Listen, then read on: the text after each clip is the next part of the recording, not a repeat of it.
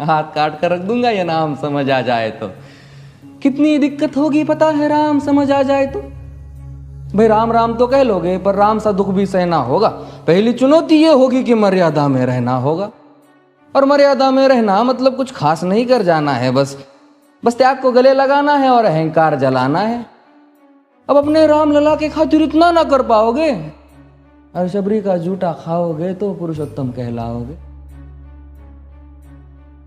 काम क्रोध के भीतर रहकर तुमको शीतल बनना होगा। बुद्ध भी जिसकी इच्छाओं में बैठे वैसा पीपल बनना होगा ये सब कुछ, और वो भी शून्य में रहकर प्यारे। तब ही तुमको पता चलेगा कि कितने अद्भुत राम हमारे। सोच रहे हो कौन हूं मैं? चलो बता ही देता हूं। तुमने ही तो नाम दिया था मैं पागल कहलाता हूं।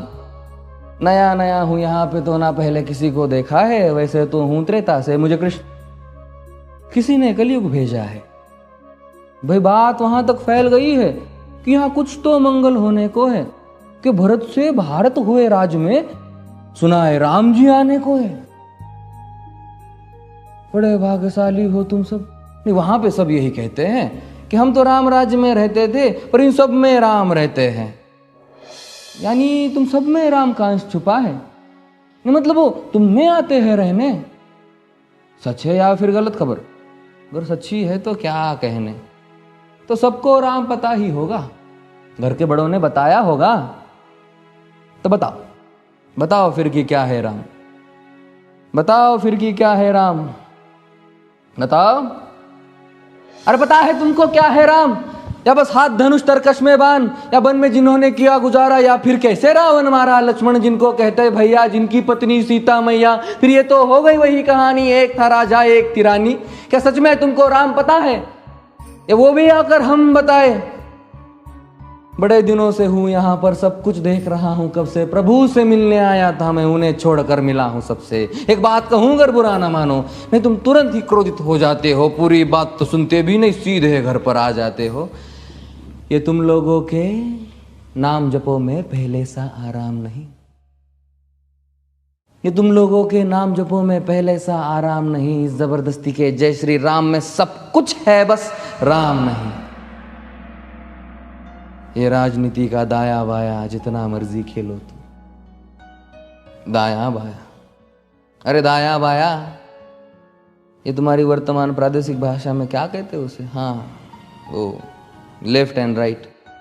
ये राजनीति का दाया बाया जितना मर्जी खेलो तुम चेतावनी को, लेकिन मेरी अपने जहन में डालो तुम। निजी स्वार्थ के खातिर अगर कोई राम नाम को गाता हो तो खबरदार अगर जुर्रत की और मेरे राम को बांटा तो। भारत भू का कवि हूं मैं, तभी निडर हो कहता हूं राम है मेरी हर रचना में। मैं बजरंग में रहता हूं, भारत की नींव है कविताएं और सत्य हमारी बातों में। तभी कलम हमारी तीखी और साहित्य हमारे हाथों में। तो सोच समझ कर राम कहो तुम।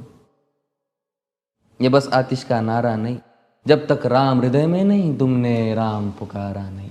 राम कृष्ण की प्रतिभा पर पहले भी खड़े सवाल हुए। ये लंका और ये कुरुक्षेत्र यूं ही नहीं थे लाल हुए। अरे प्रसन्न हंसना भी है और पल पल रोना भी है राम। सब कुछ पाना भी है और सब पाकर खोना भी है राम। ब्रह्मा जी के कुल से होकर जो जंगल में सोए हो, जो अपनी जीत का हर्ष छोड़ रावण की मौत पे रोए हो। शिव जी जिनकी सेवा खातिर मारुत रूप में आ जाए। शेष नाग खुद लक्ष्मण बनकर जिनके रक्षक हो जाए। और तुम लोभ क्रोध अहंकार छल कपट सीने से लगा कर सो जाओगे तो कैसे भक्त बनोगे उनके, कैसे राम समझ पाओगे? अघोर क्या है पता नहीं और शिव जी का वरदान चाहिए। ब्रह्मचर्य का इल्म नहीं, इन्हें भक्त स्वरूप हनुमान चाहिए। भगवा क्या है पता, लहराना सबको होता है पर भगवा क्या है वो जाने जो भगवा ओढ़ के सोता है। राम से मिलना, राम से मिलना, राम से मिलना है ना तुमको? निश्चित मंदिर जाना होगा पर उससे पहले भीतर जा संग अपने राम को लाना होगा। जय सिया राम। और हाँ, अवधपुरी का उत्सव है, कोई कसर नहीं, सब खूब मनाना। मेरे प्रभु है आने वाले, रथ को उनके खूब सजाना। वो द्वापर में कोई राह तक है, मुझे उनको लेने जाना है। चलिए तो फिर मिलते हैं, हमें भी अयोध्या आना है। जय सिया राम। फिर से